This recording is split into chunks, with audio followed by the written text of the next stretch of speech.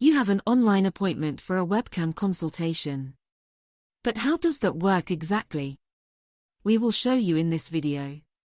You will receive an email from us with a link. This will give you immediate personal access to the webcam consultation. Didn't receive an email? First check the spam folder of your email program.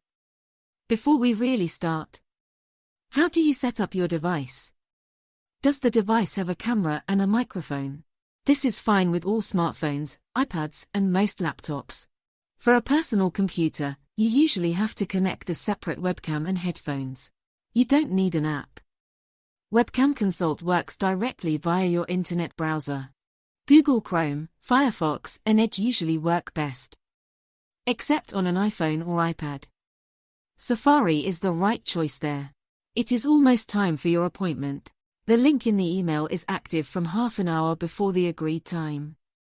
The link gives access to the digital waiting room. During your first visit, we ask you to check a few things.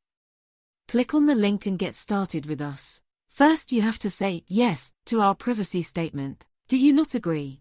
Then plan a regular consultation.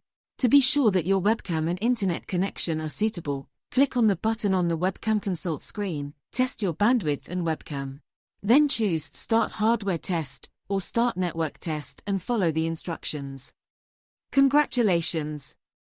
You have now arrived in the digital waiting room. You will be helped as soon as possible. If it is busy, this may be a little later than the planned time. Would you like to send a chat message to your practitioner? This is possible before your appointment. Do not close the screen, otherwise you will leave the waiting room and you may miss the appointment. The appointment link in the email is only valid for one specific date and time and is active from half an hour before your appointment until half an hour after the agreed time. You will now enter the digital consultation room. You can see each other and the consultation can begin. Good luck! And do you have any questions? Then look at webcamconsult.com.